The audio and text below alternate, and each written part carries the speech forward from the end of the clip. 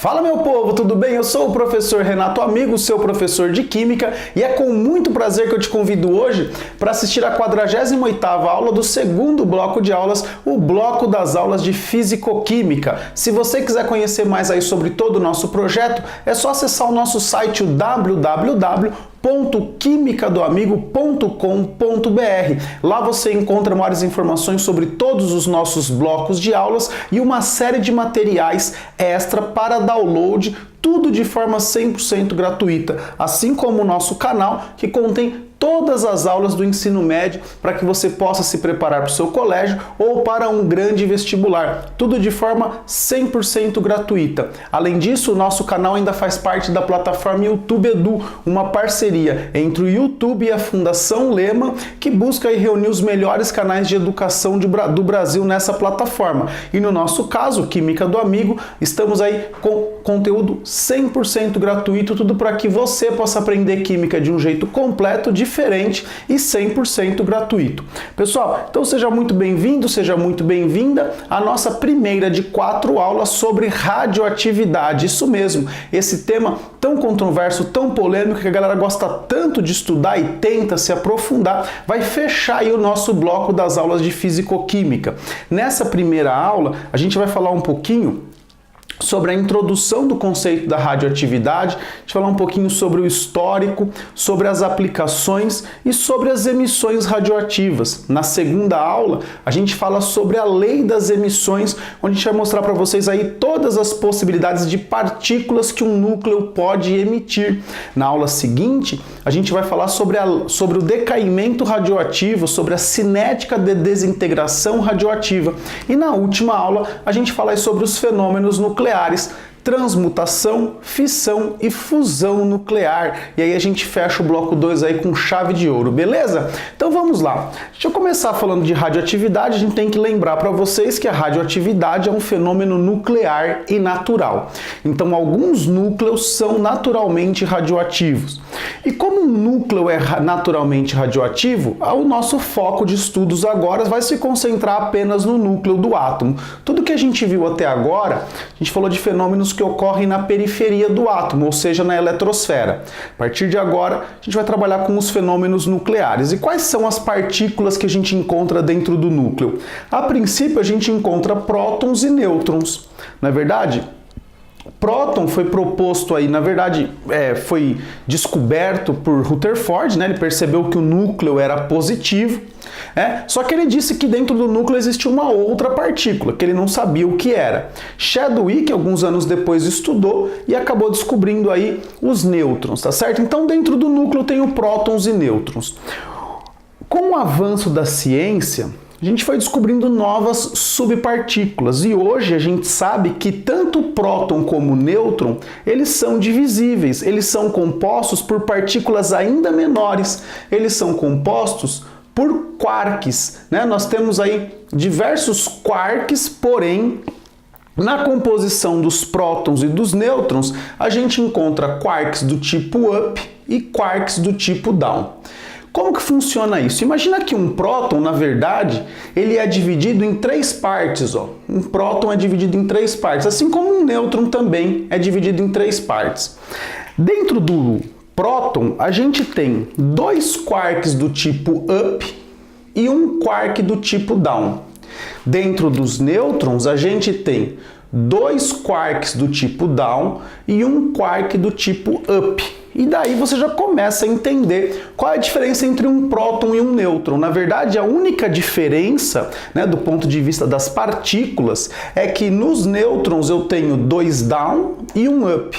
E nos prótons eu tenho 2 up e um down. Então, na verdade, verdadeira, a diferença é que eu tenho um quark diferente dentro de cada uma das partículas. O quark up a mais no próton e um quark down a mais nos nêutrons. Qual é a carga de cada quark, né? A carga do quark up é mais 2/3 e a carga do quark down é menos 1/3. E a gente consegue, mesmo com essa ideia dos quarks, comprovar essa carga positiva do próton e essa carga neutra do nêutron. Quer ver só? Eu não tenho 2 quarks up, cada up não vale 2/3, então vamos colocar aqui, ó, 2/3 mais 2/3, e eu tenho um quark down, menos 1/3. Então aqui eu tenho 4/3 menos 1/3, dá 3/3, isso aqui é igual a mais 1, que é a carga de um próton. Olha só que maravilha. E para o quark down, vamos pensar aqui, eu tenho um up, que é 2/3, e eu tenho 2 down menos 1/3, menos 1/3. Então o que eu tenho aqui? 2/3 menos 2/3, um total de carga aqui igual a 0. É por isso que o nêutron é neutro, porque a somatória das cargas dos quarks que compõem o nêutron dá 0. E o próton é positivo porque a somatória dos quarks que compõem o próton dá mais 1, certo? Então, essa introdução é interessante e você deve estar se perguntando como que os físicos sabem que isso é assim. Na verdade, a gente usa aqueles aceleradores de partículas, a gente acelera um próton contra o outro. Eles se chocam. Quando eles se chocam, eles se quebram em partículas menores. Se eles fossem elementares, eles não se quebrariam. Então, eu jogo uma coisa, imagina, você joga a caneta e joga contra a parede. Ela vai se quebrar, não vai? É porque a caneta é feita de outras coisas, tudo bem? Então, se uma partícula ela é feita de outras partículas, de outras subpartículas, quando elas se chocam a alta velocidade, elas se quebram. Parece tudo muito simples, mas não é bem assim, né? A gente tenta simplificar aí o máximo para vocês. E é lógico que dentro do núcleo ainda existem outras subpartículas que mantêm os prótons, os nêutrons unidos, que mantém os quarks unidos, mas isso a gente não fala aqui nas aulas de química, tudo bem? Isso aí ficaria aí lá para as aulas de física, tá certo? Então, entendido o que é um próton e o que é um nêutron, vamos pensar aqui na radioatividade. Radioatividade nada mais é do que a atividade do núcleo. Então você imagina que eu tenho aqui um núcleo que ele é totalmente instável. Olha só, ele tá doidão aqui, ó. Esse núcleo é instável, tá certo? Estão percebendo aqui, esses risquinhos que eu estou fazendo, significa aí a instabilidade desse núcleo. Ele emite radiação, não necessariamente é uma partícula, tá bom? Ele emite radiação. E olha o que acontece quando ele emite essa radiação. Então ele já foi concebido assim. Ele é doido, aquele cara que nasceu meio zoado. Ele emitiu radiação. Olha o que aconteceu com ele. Ele já está estável? Não, ele ainda está meio doidão, mas ele já está bem menos, não é? Por que ele está menos doidão? Porque ele emitiu radiação e ficou mais estável. Então aqui eu tenho um núcleo instável, ele emitiu radiação, continuou instável, mas agora ele está um pouco menos instável. E aí ele emite novamente, aqui ó, ele emite novamente radiação, olha lá, emitiu radiação. E o que aconteceu com ele? Ele se tornou aqui um núcleo estável. Então, na verdade, ao fim e ao cabo, todo átomo, todo núcleo radioativo, ele vai emitindo radiação de tempos em tempos até o momento em que ele se torna um átomo estável. E para isso, para ele emitir essa radiação, ele tem que ter uma certa instabilidade. Instável, emitiu radiação, ficou mais estável, emitiu radiação, ficou mais estável, emitiu radiação, conseguiu chegar na estabilidade, beleza? Então, a grosso modo, o fenômeno é esse. De onde vem o estudo disso, né? Na verdade, eu destaquei aqui 4 cientistas, né? Basicamente para mostrar os marcos aí do estudo, sendo que o primeiro nem estudou mesmo radioatividade, a radioatividade começa aqui com Becquerel, mas esse ser humano aqui, esse Röntgen, não sei se é assim a pronúncia dele, ele foi o cara que descobriu os raios X, né? Ele descobriu os raios X. Lembra aquela experiência lá do tubo catódico do Thomson na ampola de Crookes para provar que existem os elétrons? Então você imagina que um tubo de raio catódico, então você tem lá os elétrons sendo emitidos, correto? Se você colocar um anteparo que freia os elétrons com muita força, né, uma freada brusca, então imagina uma coisa que vem correndo, bate, e ele é freado de forma bruscamente. Quando ele é freado de forma bruscamente, ele emite raios X, né? Então o raio X vem do freio brusco do elétron. Então você imagina, né, você está dirigindo o teu carro lá a 100 por hora e você bate num muro, né? Você concorda que quando você bate, você freia de uma vez e coisas são jogadas? É mais ou menos isso que acontece. Então, quando eu freio um elétron que está acelerado, ele emite raio-x, tá certo? Essa foi a primeira, vamos dizer assim, o início desse estudo. Becquerel, ele estava fazendo um trabalho com sulfato duplo de uranila e potássio, né? Então, essa substância aqui, ó, sulfato duplo de uranila e potássio. Ele estava estudando qual era a emissão de radiação disso aqui, né? Ele estava verificando que isso aqui, na luz do sol, ele absorvia a energia e depois ele emitia essa energia que era absorvida, tudo bem? Esse era um fenômeno até que conhecido na época. O fato é, por condições climáticas adversas, ele precisou parar o experimento dele, provavelmente porque não tinha mais sol. E ele guardou esse sulfato duplo de uranilo e potássio dentro de uma gaveta, junto lá com chapas fotográficas que eles tentavam fazer a revelação dessas emissões de radiação, tá certo? E usavam para isso chapa fotográfica, né, desses raios desconhecidos, tá certo? Raios X, né? Raios desconhecidos. Então, eles estavam tentando pesquisar essas coisas. O fato é que quando ele voltou para trabalhar, ele teve uma surpresa. Aquele material que estava guardado, né, sem nenhum contato com energia de lado nenhum, ele continuava emitindo, porque aquela chapa ficou marcada, a chapa ficou revelada.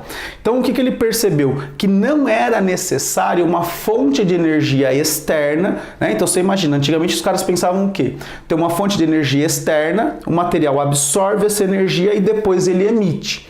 Então, uma fonte de energia externa dá energia para o material, depois o material emite essa energia. O sulfato duplo de uranilo e potássio não precisava dessa energia. Ele não precisava de nada externo, ele naturalmente já era radioativo. Então, você imagina, não era o oxigênio, não era o enxofre, não era o potássio responsável por isso, e ele percebeu que o átomo responsável por isso era o átomo de urânio, e aí então foi o primeiro átomo radioativo, né? Foi a primeira ideia de emissão de radiação sem a necessidade de uma fonte externa de energia. Depois vem a Marie Curie, que ela percebe, né, pega esses estudos aí feitos por Becquerel e começa a caçar novos elementos, né, tenta descobrir novos elementos. E justamente pesquisando os minérios de urânio, ela acaba descobrindo outros elementos que são tão ou mais radioativos que o urânio. Por exemplo, ela descobre os elementos polônio, que ela batiza como polônio em homenagem ao país natal dela, né, que é a Polônia, e ela também conhece o elemento químico rádio. Rádio, ele era o elemento químico com maior nível de radioatividade conhecido até então. Então, a Marie Curie, né, inclusive ela ganha 2 prêmios Nobel, um da química e um da física, né? Ela foi a primeira mulher a ser agraciada com o prêmio Nobel no ano de 1911, tanto que em 2011 foi o Ano Internacional da Química, justamente comemorando aí o centenário, né, do prêmio Nobel da Marie Curie. E a importância dela é que ela descobriu novos elementos radioativos, então ela fez muitos trabalhos pensando sempre, né, nesse campo da radioatividade. E o Rutherford, que a gente já conhece ele lá dos modelos atômicos, né, ele fez alguns experimentos para tentar encontrar padrão na radiação. Então você imagina, nessa época foram descobertos alguns elementos radioativos e o Rutherford queria verificar se toda emissão, se toda radiação emitida tinha o mesmo padrão. E como ele era um excelente experimentalista, ele propõe um experimento para tentar verificar o padrão dessas radiações. E é justamente o que a gente vai falar na próxima lousa. Na próxima lousa, a gente vai falar um pouquinho sobre o experimento do Rutherford e sobre as aplicações da radioatividade, beleza? Por enquanto eu dou uma licencinha aqui para você copiar essa lousa e eu já volto com uma lousa nova. Voltamos agora com uma lousa nova, onde eu vou falar para vocês um pouquinho sobre a experiência de Rutherford e a gente finaliza discutindo um pouco cada uma dessas aplicações aí da radioatividade, beleza? Então vamos lá, o que o Rutherford fez? Como ele era um experimentalista e haviam sido descobertos alguns elementos radioativos, ele falou assim, deixa eu ver se tem algum padrão nisso aí. Então ele realmente usou novamente lá a arminha atômica dele. Ele pegou um bloco de chumbo e ele fez um orifício aqui, um orifício bem pequenininho, de modo a garantir que toda a radiação emitida saia por esse orifício pequenininho. Então você imagina que dentro desse bloquinho, ele colocou lá um elemento radioativo, tá certo? percebeu qual era o padrão desse elemento. E como que ele percebeu esse padrão? Ele usou um anteparo com sulfeto de zinco. E esse sulfeto de zinco, ele brilha quando ele recebe radiação. Então, basicamente, ele queria ver onde essa radiação ia bater. Para ajudar no experimento dele, ele colocou placas eletricamente carregadas. Então, uma carregada positivamente e uma carregada negativamente. Ele queria saber se o campo magnético tinha alguma influência nessas radiações. E aí ele colocou um elemento aqui, viu o padrão, tirou. Pôs um outro elemento aqui, viu o padrão, tirou. Pôs um outro elemento aqui, viu o padrão e tirou. Então, imagina o seguinte, ele foi testando um por vez, tá bom? Não testou todos de uma vez. Então, botava um elemento e via qual era o padrão. E ele percebeu o quê? Que os elementos que ele colocava aqui, ó, eles tinham basicamente, os elementos descobertos até então, eles apresentavam basicamente 3 padrões. Olha só, acho que vocês já estão percebendo aí quais são os padrões, né? Olha só. Você tem 3 padrões, né? Eu coloquei um vermelho, um verde e um roxo. Olha só, o verde, ele é um tipo de emissão radioativa que não sente influência nenhuma do campo magnético. Para essa emissão radioativa, ele batizou ela de gama, tá certo? Então isso aqui era radiação gama. Você viu que teve uma que foi atraída pelo polo positivo e desviou bastante em relação ao centro, e teve outra que foi atraída pelo polo negativo e desviou só um pouquinho em relação ao centro. Essa que desviou muito, com certeza era alguma coisa que tinha uma massa muito pequena. E a que desviou pouco deveria ter uma massa maior. Se você duvida, pega uma melancia e pega uma bola de tênis e arremessa as duas contra a parede. Você vê que a bolinha de tênis chega até a parede e a melancia cai quase no teu pé. Por quê? Porque a melancia é mais pesada, então o desvio dela vai ser menor, tá certo? Então, a essa radiação ele chamou de beta, e essa outra radiação aqui ele chamou de radiação alfa. E ele batizou de alfa, beta e gama simplesmente porque ele quis, afinal de contas foi ele que descobriu. E isso está até meio que descrito no paper que ele escreve. Simplesmente batizou de alfa, beta e gama, né? Tranquilo, deu nomes lá para elas. Hoje a gente já sabe o que é cada uma dessas radiações e a gente conhece outras que a gente vai falar na próxima aula, quando a gente falar das leis das emissões. Mas não custa nada a gente colocar já o que significa cada uma delas, tá certo? Ó, a partícula alfa, então a radiação alfa é uma partícula e ela tem um número atômico 2 e um número de massa 4. Ela é semelhante a um núcleo do átomo de hélio, tá certo? Então ela é o núcleo do átomo de hélio. Já a beta também é uma partícula, tá? A beta, a gente vai ver que existem duas, tá? A gente vai falar aqui da beta negativa, tudo bem? Então a beta, ela tem massa desprezível e carga -1. E o que tem massa desprezível e carga -1 que você conhece? Isso mesmo, um elétron. Então ela é semelhante a um elétron, ou seja, ela tem massa desprezível e carga -1. E a gama, que é a nossa última radiação aqui, ela não é partícula, tá? Ela não tem carga, não tem massa, ela é apenas uma onda eletromagnética, então ela é energia, tudo bem? Então você não pode falar partícula gama, tá bom? Onda eletromagnética. Onda eletromagnética, tá escrito certinho, né? Se não tiver, também não tem problema nenhum. Então, olha lá, alfa, um núcleo de hélio, beta, um elétron, são duas partículas, e a gama não é partícula, é apenas uma onda eletromagnética, é pura energia, tá certo? Na próxima aula a gente fala um pouquinho sobre os decaimentos em cima dessas emissões, tá certo? Para finalizar a aula, a gente fala um pouquinho sobre as aplicações da radioatividade. Isso aqui é muito interessante porque em muitas provas, ou seja, quando o cara quer testar o teu conhecimento, às vezes ele quer saber se você manja das aplicações. Então, eu elenquei aqui 5, 6 possibilidades, né, que são as mais usadas, tá certo? As mais citadas. Então, primeira coisa, compreensão da estrutura da matéria. Foi com os conceitos da radioatividade que pôde-se descobrir novas partículas, pôde-se compreender melhor a estrutura da matéria, a estrutura do núcleo, a estrutura de um próton, a estrutura de um nêutron, como que eles estão unidos lá dentro do núcleo. Tudo isso foi possível graças também aos estudos da radioatividade.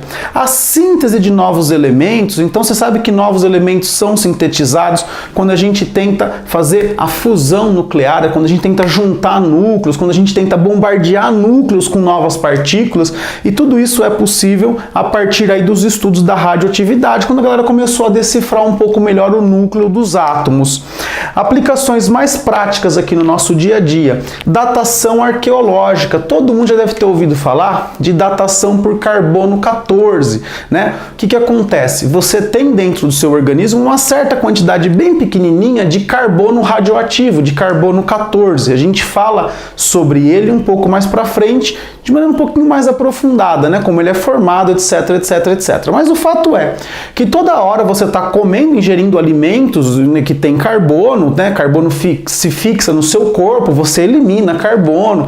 Então você tem uma quantidade fixa de carbono 14 entrando e saindo dentro de você, né? Concorda comigo? Quando você morre, você para de ingerir e você para de eliminar o carbono. Ele simplesmente, o carbono 14, que é radioativo, passa a emitir a radiação e se transforma em outro elemento. E a gente consegue medir quanto de carbono 14 você tem quando eu encontro lá o teu osso. Eu consigo estimar quanto você deveria ter. Nessa diferença eu consigo prever, propor uma data aproximada da sua morte. Então você acha um fóssil lá, os caras falam, esse fóssil é de 100 mil anos atrás. Como que os caras sabem desse número? É justamente medindo a datação aí por carbono 14. Então isso aqui é muito usado, inclusive para conceitos históricos. Na medicina diagnóstica, né, você quando vai fazer o exame de uma tireoide, você toma um contraste, não é?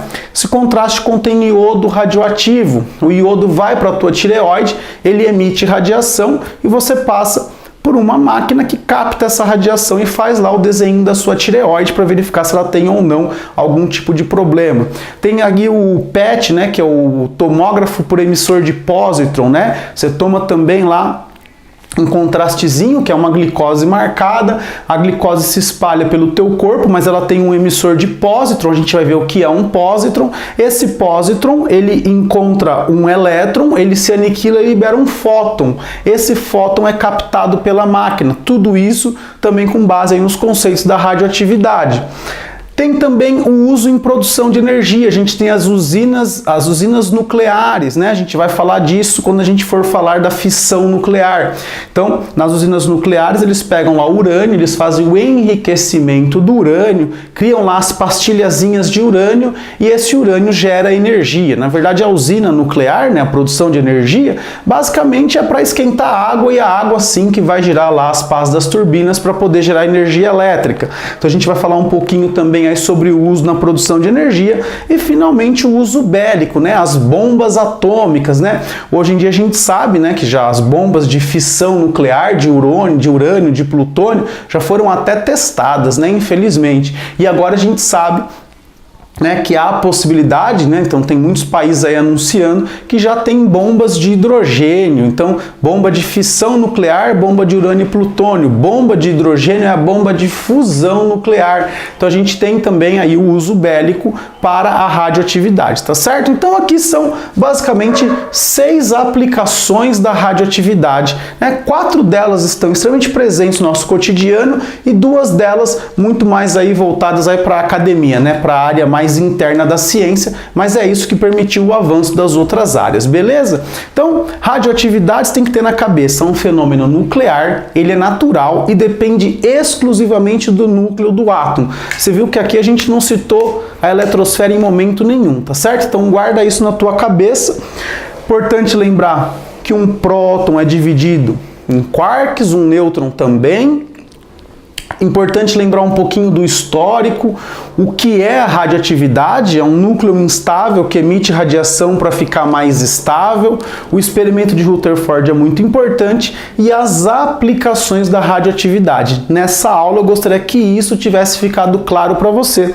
Eu vou dar uma licencinha aqui para que você possa copiar essa lousa e eu volto para dizer que infelizmente mais uma aula aqui no nosso canal chegou ao final, a aula de número 48, a primeira aula que a gente falou de radioatividade. Se você chegou até aqui, por favor, clique no botão curtir, né? Se você gostou dessa aula, achou ela interessante para você, compartilhe com seus amigos aí nas suas redes sociais. Se você não é inscrito, por favor, inscreva-se no canal, ative as notificações. Se tem alguma dúvida, sugestão, crítica ou elogio para o nosso canal, só deixar um comentário aqui ou enviar um e-mail para mim no quimicadoamigo@gmail.com. Sempre é um prazer receber e responder as suas dúvidas, beleza? No mais, eu quero agradecer a você que chegou até aqui e dizer beijo, tchau!